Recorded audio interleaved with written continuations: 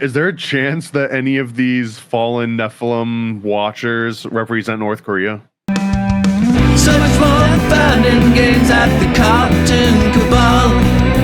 Beyond what's just in the name at the Cartoon Cabal. See just at what cost comes fame at the Cartoon Cabal. So much more than fun in games at the Cartoon Cabal. Welcome to the Cartoon Cabal, where we are currently finding our way through all of the episodes of Neon, Genesis, Evangelion. You can always say Evangelion, but you want to say the Neon and the Genesis too. You want it all, right? This is Matt here. Over there, it's the Paranoid American. How is it? Angels, Second Impact, Atom, Nas, Angelic. NERV. That's kind of what you just see flashing in front of your face as this show starts. And I think I mentioned this on a previous episode, but it actually feels like Saturday morning a little bit when this one comes on, the theme song and the quick little flashes of Gematria and the Kabbalistic Tree of Life and mechs. It's hitting me just right so that I kind of look forward to it. And I think that's what carried me through the last one or even two episodes was just that how amped I'm getting from the intro alone. Yeah, I had the song stuck in my head yesterday. Sunday it was a Superman theme, and then Tuesday it was the theme from Evangelion. So, you know, you always get that song stuck in your head for a day or so. This is, I guess, the biggie. This is kind of the one where looking at the production and stuff, it's kind of the one where the show really started to ingrain itself in Japanese culture. This was the first water cooler episode of Evangelion. Interestingly, the director, he wrote the first two episodes because that's kind of a two-parter. Then he wrote this one and produced them, and then went backwards and did episodes 3 and 4. So those actually like kind of really were filler episodes. I mean, like you said, they had the characterization stuff. We developed the characters, all of that. But you know, this is the meat. So 3 and 4 were kind of like chilling a little bit, saving a little bit of money on the production. I want to ask just up front, we may have to get into the details, but that director's cut where the sound engineer was saying that all of the references to biblical stuff, and do you think that they're just using it as, I guess, like eye candy, or do you think that there's something to it? I think it's somewhere in between. One thing to keep in mind is that was the voice over director, right? So not like the animation director. Okay, I think 100% so. Correct. Yeah, that guy could have been, you know, just blowholing or something. So I mean, I have worked with blowholes, and I've worked with people that were just in charge of one particular creative aspect of a huge project involved many other people before. So I absolutely get that he might have thought all of this, but he was speaking from a place. Maybe I'll have to get the actual quotes up again, but I think he was trying to speak from a place of like, I got this insider info and this is the real deal.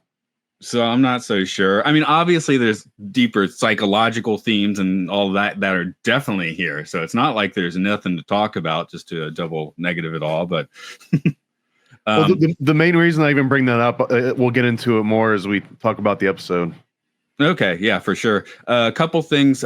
This one has like a serious cultural impact trail. Just for a few things, the Rey smiling is considered relatively iconic. How did you react to the just to go straight to the end? Rey's smile is the big thing in this episode. So how did you take that? What do you mean? At the end when Shinji saves her, and then all you need to do is smile, and we get that smile, and that was apparently like a big moment on Japanese TV. I was triggered, honestly. I've been trained to be triggered because I live in the mainland United States, and now telling a woman to smile in any context, if you're a man, is I guess gives everybody the ick. So, oh, okay. I guess I've been out of the States too long. That didn't occur to me. What I just started, you know, as a big Trekkie, you know, Star Trek fan, I would just start thinking of like Spock smiling, you know, is always kind of creepy. So I had just a moment of that, right? The most recent Star Trek, it's a different actor, but Spock is getting emotional. So he's like, ha ha ha, laughing. And everyone's like kind of flipping out that's happening. I'm convinced at this point that Rey is 100% an MK Ultra style mind control victim, all the way down to the Fritz Springmeier little details. She is a perfect example. So when you say smile, let's ignore like the silly woke version of it, but when you say smile, she kind of immediately processes it and like, I've just got a command. I need to perform this command. And then she does it. And she even mentioned that she's bonded completely, I guess, in her mind. She's bonded so much with her Eva that she needs to be there. She kind of wants to be there, but you don't believe her. You don't believe that she wants to do the things that you're telling her to do. But she's like, no, this is what I'm trained to do. Let me smile. I guess the thing at this point is how sci-fi of it are we going to get in? Is she actually like a created being? I am kind of curious if we're going to get to that point or not, which honestly, I think it's probably more interesting if she's not, but you know, they did give her blue hair. So I think that it's probably themed that way, because if it follows MK Ultra rules, then if you have someone like Rey, that's almost a trait that's rare and desirable. And you're going to want to make sure that you start keeping a pool of it. It's like if you have like a really nice show-winning dog, that's kind of what she's been trained very well, and she's proven that not only can she bond to this Eva, but she'll immediately slip into a completely dissociative state and then do whatever's told of her. And this one, she kind of knew that this was dangerous, and she had just healed from already being like laid up in a bed, right? And now all of a sudden, she's like jumping in, and she doesn't even have like an emotion. She was told to smile, not because she was sad, but because she was just absolutely deadpan. Yeah, that's kind of where I'm coming with the Spock thing. You know, it seems like Spock's doing it against his will or out of control, right? Or not something he wants to do. So it is like, does she want to do that? Is she following a command, like you said? Also, is Shinji? I mean, they keep saying father, but hey, it might not be his biological father. It might be a science daddy, you know, for all we know. Oh man, that would explain why he was just abandoned. So, yeah, I don't know. Dad now is just like, you're a tool, you know. I don't have any emotional love for you. Well, especially if you're version 203 or something. Maybe if you were 200 and like that means that number was significant. But if you're 203, then I guess you would be more disposable because 204 is right behind you. So there's 202, like the Ripley's in Alien Resurrection, if you remember those, where they have all the super messed up, insane Ripleys. I was just thinking 101 Dalmatians times 2, because they're. Oh, I went much darker and more. Yeah, I went way more disturbing. Oops. The other culture, while watching this and they're doing the blackouts, I was thinking of 2011, right? Like after the quake and tsunami, Japan had power issues, and we did have scheduled blackouts. So this did happen several times. And then when I was looking at the trivia for this episode, I didn't notice this at the time, but that was actually called Operation Yashima in 2011, like after this episode. Like when we were turning out all the lights, that was Operation Yashima and trying to save electricity and stuff.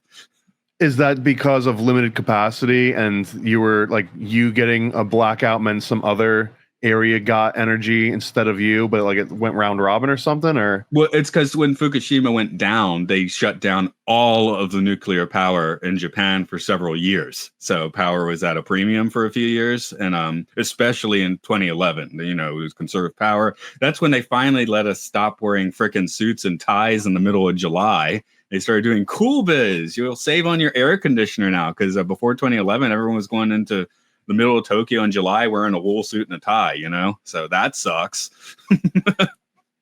They took that away, though? Like, now you get to wear T-shirts to work, or what? I'm wearing my work shirt now today. So not T-shirts. So prior to the blackouts from the nuclear ban, you were having to wear like a full suit and tie instead of what you're wearing now? Correct. And I mean, you know, I teach class, and they like in the lobby wear your jacket. Of course, that's air conditioned, right? Because they're cranking it down to like whatever, you know. But then they're like, oh, let's save power. Please keep your air a little higher. So, and it still took a few years for all the companies to really comply, because Japan changes so slowly, you know.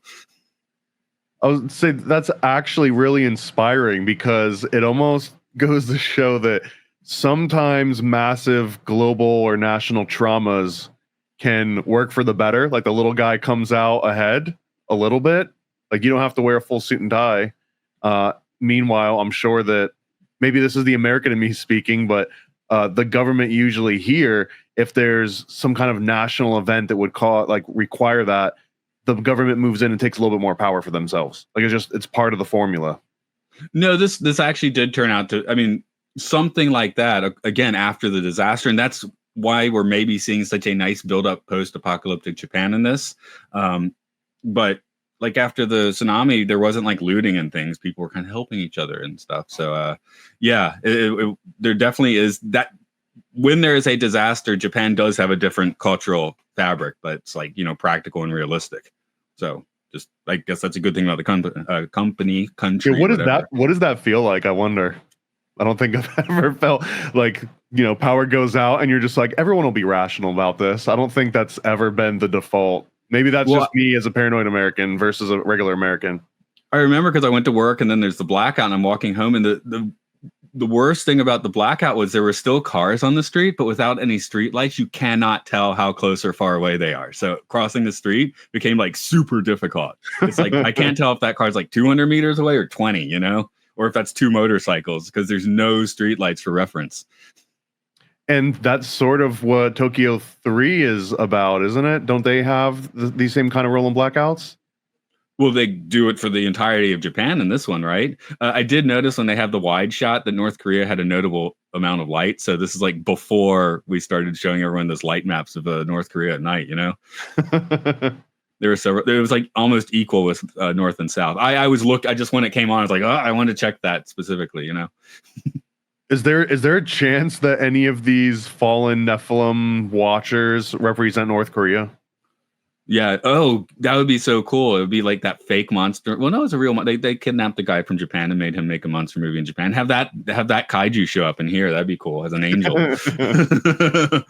They're fake Godzilla. I don't remember the name of the movie off the top of my head. And I think the context here too is that the reason that they have these blackouts across all Tokyo-3 is because they're fighting this watcher, like one of the main fallen watchers that we see at the end of the last episode, which is this octahedron reflective, like 3D object. Two pyramids on top of each other. Okay, there you go. Yeah, that's essentially an octahedron, right? 8 sides. Yeah. I should notice you keep mentioning the blackouts of Tokyo-3. They were specifically showing scenes from all over Japan, like way north, way south. So they were showing several other cities when they do the blackouts, which for a Japanese audience, that's notable because that's an Independence Day. Now we're showing you Denver got blown. No, it's Houston, but they're showing you Denver, they're showing you Chicago all of a sudden. You're seeing the other places now. Now, do we know for sure that these like fallen angels that they're fighting in the EVAs, are these happening just in Tokyo-3, right? Or is this all over Japan? It seems the concentration's on Tokyo-3 because the one in this is number 5, and we've had 2 so far in the show, and they had the 2 or 3 in the past, right? Like way back when. So it seems like Tokyo-3 is the target for whatever reason. Maybe because it's got that big science complex underneath, Oh, and the nerve center, the literal nerve center. So right, and that's what this one is actually trying to do. It's trying to drill its way into what you would call an underground CIA/Pentagon headquarters, and it's trying to get there. And now there's like a race against time. So they, I guess, all across Japan sacrifices their power so that they can just use it to take out this freaking mech that came from the fallen angels. Yeah, I mean, I know the Wachowskis have been very on the record, like, we have taken many things from anime, but watching this, you're like, this is the plot of the third Matrix movie. Yeah, that's very true. Like, even down to the timing stuff. Other things that came through in this episode at the time, with all that timpani stuff where they're doing the procedures and talking about the time and the plan, that was considered to be just extremely realistic for an anime at the time. Because usually it'd be more Dragon Ball wacky, where it just like, you'd get into it and do, and then it's happening and there's stuff you really can't understand. But here they make it very procedural, and kind of like, I mean, there's plenty of sci-fi weirdness, but it's also like, it kind of feels realistic at the same time. Well, my notes for this, and I'll describe the same thing you're talking about, I guess, in like the way that I was watching it, but they show a whole bunch of little clips that show them strategizing for the first time. You actually see everyone at NERV doing their job, and this guy has got like a big map in front of him and they're kind of calculating trajectories, you would imagine. And then it's going into making sure that all the weapon system have been fully checked. And we get a whole bunch of realistic-y sounding technical jargon. It's like, okay, it sounds like they're doing some official stuff. And it just kind of keeps showing you these little glimpses of every level. And the way that you're talking about the timpanis, kind of like breaking them across. I was watching this like it was an occult ritual, that this is the first time that we've seen everyone kind of hold their breath and just like push through a very specific formula. Now, I guess this means that their version of a magic ritual is just military strategy, which I think counts. I do think that military strategy does count as a magical ritual. No, it's like a platoon, before going into the field might have like a little ritual they do, or something. I mean, hey, we all do it. You go through a stoplight, and what do you do? I don't remember what people do when they get through a light that's changing yellow. But there's something people do. I never did it myself, but I saw. What do you mean when you blow a red light, or like when you just make it through a yellow? When you just make it through a yellow, and you I don't know, knock the visor or something. I don't remember. But people have rituals. Is my point. I probably shouldn't come up with one that that I didn't personally do. But a stuffed animal next to me, like a very realistic cat or something. And if I ever blow a red light, I just pretend like I'm being attacked by it. So when the camera takes a picture, just in case I have some sort of a weird story that might get me off of it. Well, that's a much more practical one, though, right? So the ones I'm talking about have no purpose. Yours at least has a little bit of a purpose. It's a plan that might not work. As the plan in this, if I get a ticket, though, I get a really good story behind it, right? So maybe I should get a rabbit, like I do a Monty Python bit with it. I was going to just wrap it in. What's the better plan? Your fake cat plan, or sending a 14-year-old in a giant mech suit to do some sniping when he's never shot a gun before? But if he was genetically bred to do that, I think I would give him more credit. Well, that's what they say too. That's why he's doing it, is because since he has a better bonding ratio, he will be more likely to make the shot, is their reasoning. Which, so do you think it's still a better plan than Luke Skywalker blowing up the Death Star? That was way more unlikely. He needed the Force and the ghost of Obi-Wan, right? And Shinji was almost not annoying in this episode for the first time.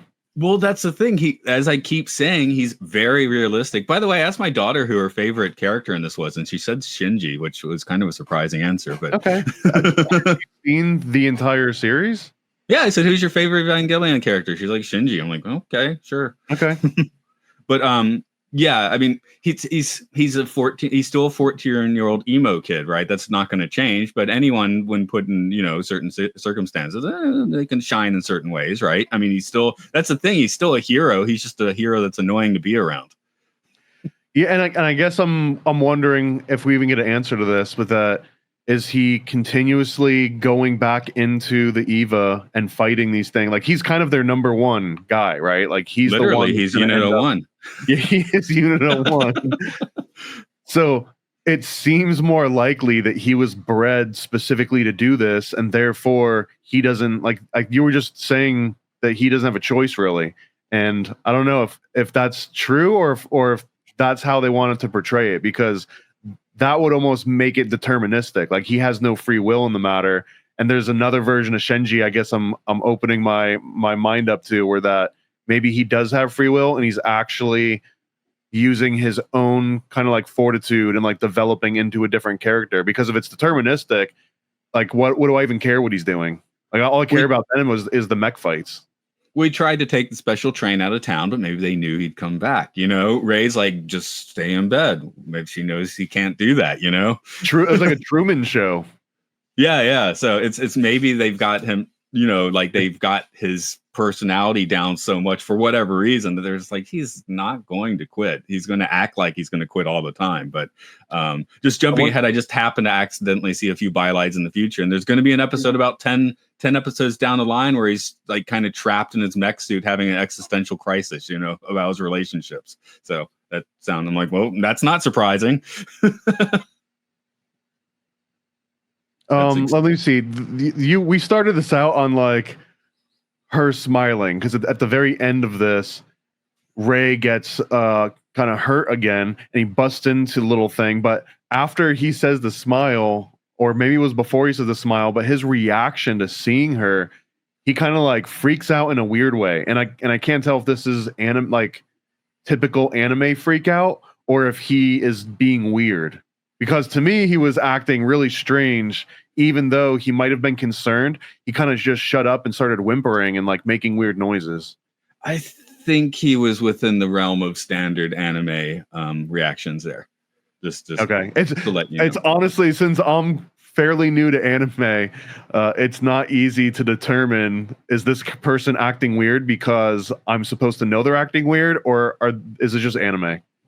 Yeah, it's just like Japan does emotional weird sometimes. One of the ones, was it Summer Wars, or the one where the kid or like the teen sees his girlfriend naked and his nose starts bleeding? Now that I've seen that, I've actually seen this in 3 or 4 completely unrelated animes that had nothing to do with, I don't think, with Summer Wars. So I guess that's just one of these like anime things, is that if a guy sees a girl in a compromising position to show that he's aroused, he gets a nosebleed. Like it's not like something that I would just assume. And when kids are defacing a photo or trying to make a funny picture, they'll always Hanagi, and they'll add the nosebleeds, like maybe to the, for drawing a character on the board or something. They just love the nose. They love the nosebleeds. I'm not quite sure. Yeah, I'm not sure because that's so weird. Like a few months ago, I sometimes I do a game. It's like, do the English, whatever you need to do, roll the dice. Okay, add some eyes to the picture, add some ears to the picture, and they decide to make the Mona Lisa, so it ends up being this really derpy looking Mona Lisa with a nosebleed in the end. So okay, man. I mean, it's not even like you have to understand it if it's part of your cultural thing. I would love to do a deep dive at some point. Like, why do anime characters get nosebleeds when they're aroused? Yeah, I never thought about too deeply, but I don't know. In South Park, whenever it stands around Wendy, goes and vomits. Like the first couple of years, anytime she appeared on screen, it's like, bleh. So that's our thing, right? You get so nervous that you go hurl. Right, but I don't think it's possible to get so nervous you develop a nosebleed. Nosebleed would be an environmental condition where the air doesn't have enough water or moisture, or that there's something wrong with your nose specifically. Here, maybe this is part of it. In Japan, blood types, there's a whole like kind of horoscope sort of thing about that, where your blood type influences your personality. So it's like, if you're A+, well, A+ people are like this, this, and this. So maybe a nosebleed is showing your personality. Okay, so like there's blood horoscopes. Yeah, I'm just kind of conjecturing there, but maybe like if you're showing blood and that's the easiest way to show blood, you're like kind of like, revealing yourself a little bit. But that's really a thing that Japanese have blood horoscopes based on your blood type. That's really a thing. Me conjecturing the nosebleed, that's a conjecture with it's showing your personality. But I could kind of see maybe that's the connection there, right? That since blood shows your personality. This is going to come up more than once. So we're developing, I guess we need a new version of Disney Proxy. So the version of Disney Proxy for Cartoon Cabal is going to be the Japanese nosebleed at first. We might, hopefully we get a whole bunch of different ones as we go. We've already got the black goo. Did you watch this one in English or Japanese this time? Oh man, to be honest, I'm not even sure. I read the subtitles, whether it's in English or Japanese, and this one has jumped between the two. I can't remember.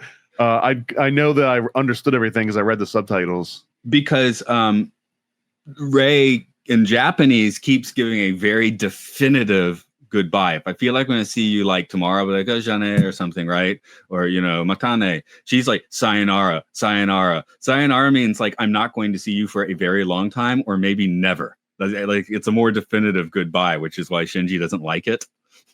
Oh, what's the one that he's fishing for? Just a normal jane or something probably, but sayonara is like love songs are like sayonara because that's goodbye for good, right? Okay, or if you're like fighting someone, I guess. Is that right? Is there a threatening version of goodbye, or would you say sayonara? I could say shine, which means I'm going to kill you, I guess. But okay. I'm just thinking 90s being cartoon. 4 being death. Yeah, nay. I'm pretty sure Teenage Mutant Ninja Turtles used to say something like sayonara suckers or something. Oh yeah, that would make sense. They were New Yorkers, so they were not Japanese at any point. You do have to keep that in mind. They were trained by Master Splinter, who's also Japanese. A New York rat.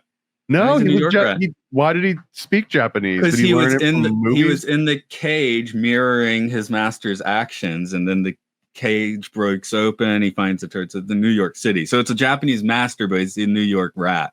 So they really should be the Teenage Mutant Hero Turtles. They shouldn't appropriate the name Ninja. Coming up next on Cartoon Cabal, we're gonna have to do like the whole run of Teenage Mutant Ninja Turtles. Yeah. This would have been like when you were kind of suggesting we do one of an episode, which for something like Draimon and Anpamon, yes, one's fine. But if you were to do one Evangelion, I guess this would be it, but it would be so confusing without seeing the first 5 episodes, or at least episodes 1, 2, and 5. I wouldn't give it nearly as much credit as it deserves at this point because of what maybe someone called filler episodes. But I really think that those filler episodes gave this way more character and way more depth, and it's not just a random mech battle anime. Right. And this episode is probably something that someone would have shown me, trying to be like, oh man, you'll love this series, let me just show you this clip, and I'd be like, okay, there's 2 robots back. Like, I like robot jocks, but I don't need 26 episodes of robot jocks. Another fun production fact, this is the first episode where there's been 2 Avas on screen at once, and that's why they're like not doing much or saying much. Well, I'm trying to quote in the because they didn't want the animators to quit. Is what you're saying, or exactly? They could not afford to like do full action, which is where the plot comes from. Basically, okay, how do we have them not do full action? Well, they can't get close to this thing, and they have to do sniper stuff. So pretty ingenious. But I mean, you don't think about that being a production thing as you're watching it, you know?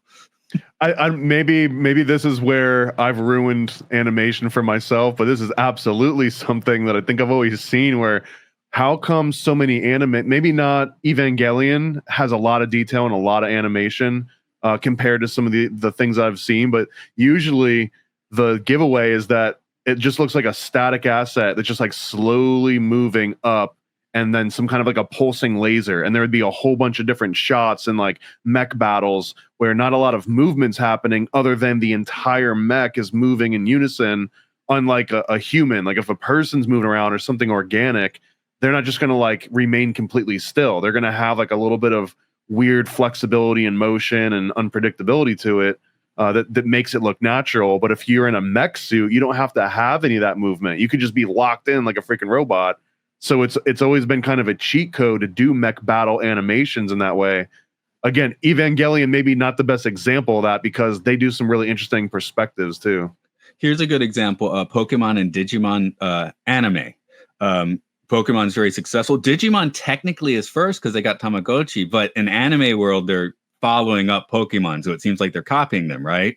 And they don't have the budget Pokemon has. So the animation in the Digimon, first season is like garbage. So they really had to double down on the stories. So a lot of people are like, well, Digimon has the better stories, you know?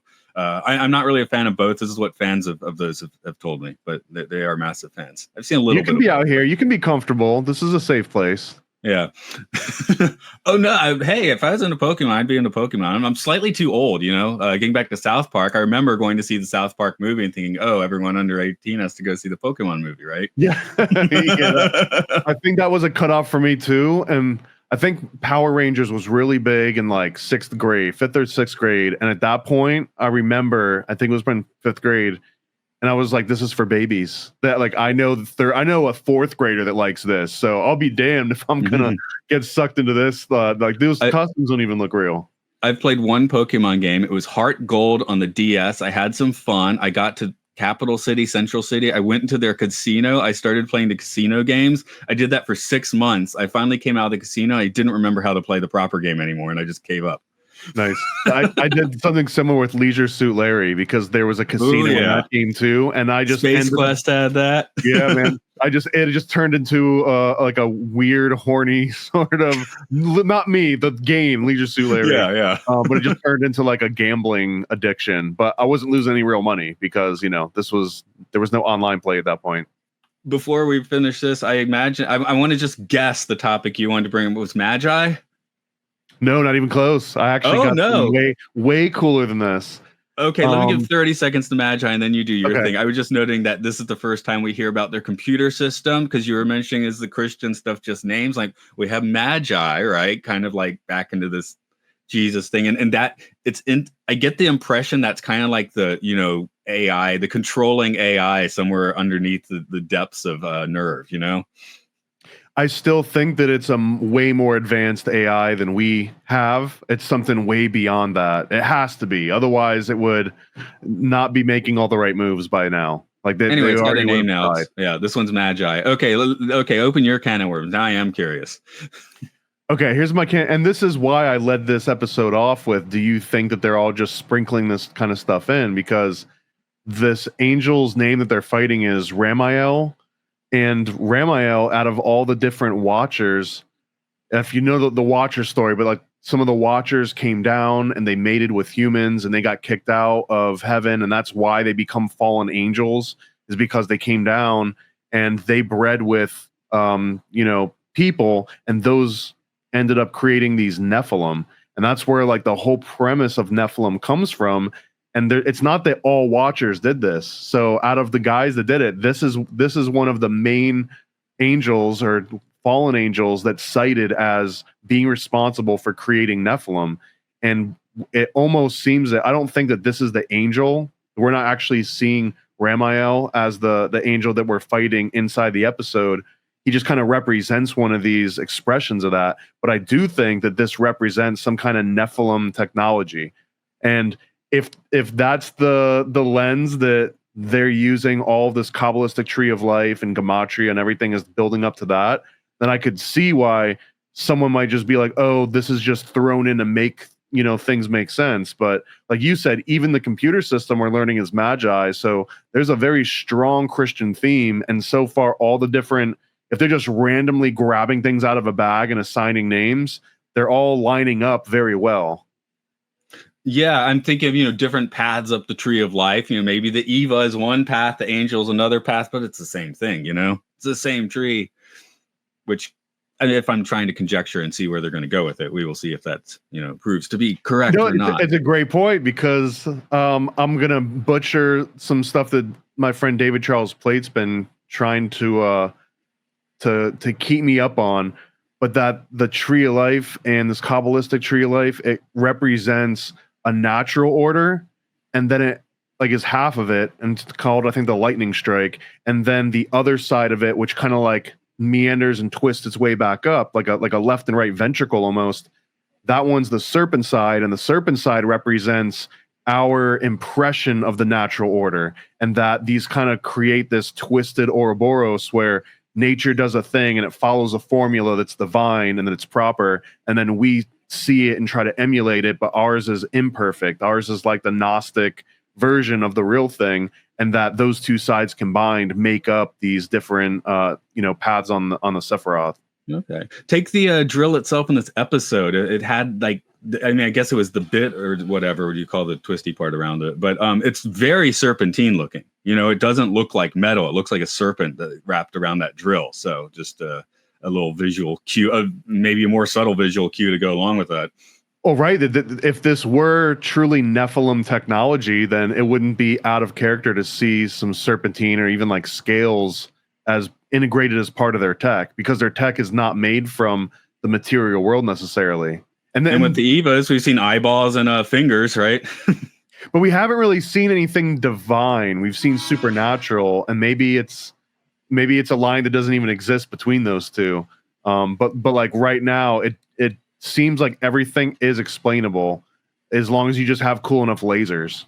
Wait till we get to the end of Evangelion, which is actually the name of the movie that ends the series.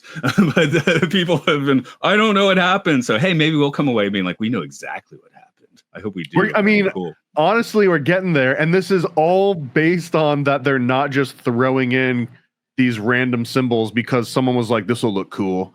If that were to happen. But sometimes I can even be persuaded that even if someone that was making the creative decisions for like the intro and the names that they're using, even if they were just like, oh, this is cool, they could just unknowingly being used as a tool as like the actual synchromistic rules of nature. Before we wrap up, I just want to go quick history. This is I guess, well, we do this kind of a cult thing. I call it Disney. We just talk about the history, but the Yashima, Operation Yashima originates from the Battle of Yashima, 1185 Genpei War. And apparently during that, a samurai warrior riding his horse shot an arrow through the water and hit the red fan of his enemy, Tamamushi, resolving the battle in favor of the Minamoto clan. So the strategy in here is, kind of like a reference to this actual battle. The Minamoto clan did not win the war in the end, but yeah, that's a different story. And it says he was quoted at the end riding away, "Sayonara, sucker." Yeah, except that the Minamotos ended up being massacred at sea in the end, so it didn't really work out. Well, it can be a two-way street, sayonara. Yeah, it was a two-way street, all right. Let's, I guess, wrap up for today. If you want to do a general plug, because who knows when people are hearing this. Yeah, I mean, this is Cartoon Cabal. If you like this, maybe you found us through Occult Disney. If you haven't, then you should go and check out Occult Disney. That's another entire podcast where we just talk about theatrical animated releases of Disney, which we're also going into movies that were based on theme park rides. We do some Ghibli footage in there. So there's a reason. If you like this one, you'll probably like Occult Disney. So go check that out. Okay, I think we can just leave that as the general plug and get ready to start flashing and meet the angels. I was totally expecting a sound effect to go with that. Oh.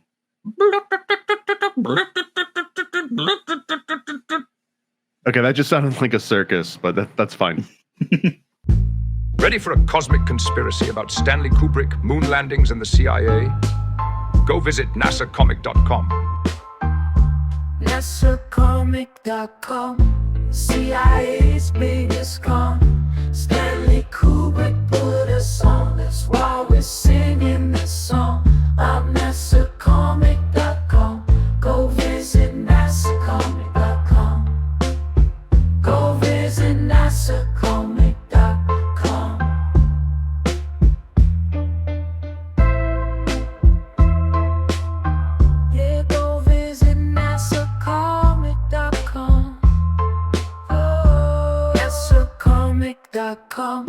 CIA's biggest con. Stanley Kubrick put us on, that's why we're singing this song. I'm nasacomic.com. Go visit nasacomic.com. Go visit nasacomic.com.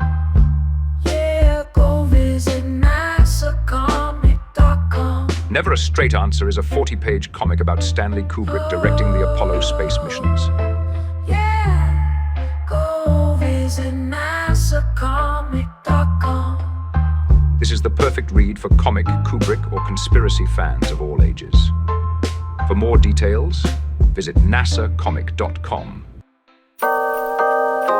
Paranoid. Yo. I scribble my life away, driven to write the page. Will it enlighten your brain? Give you the flight, my plane, paper the highs ablaze. Somewhat of an amazing feel when it's real to real. You will engage it. Your favorite, of course, the Lord of an arrangement. I gave you the proper results to hit the pavement. If they get emotional, hey, maybe your language, a game, how they playing it well without Lakers. Evade them, whatever the cost, they are the shapeshift. Snakes get decapitated, met is the apex. Execution of flame you out, nuclear bomb distributed at war, rather gruesome for eyes to see. Max them out, then I light my trees. Blow it off in the face, you're despising me for what though? Calculated and rather cutthroat. Paranoid American must be all the blunt smoke for real. Lord, give me a day away, vacate. They wait around to hate whatever they say. Man, it's not in the least bit. We get heavy rotate when the beat hits, so thank us, you're welcome. Fuck the niggas for real, you're welcome. They ain't never had a deal, you're welcome. Man, they lacking appeal, you're welcome. Yet they doing it still, you're welcome.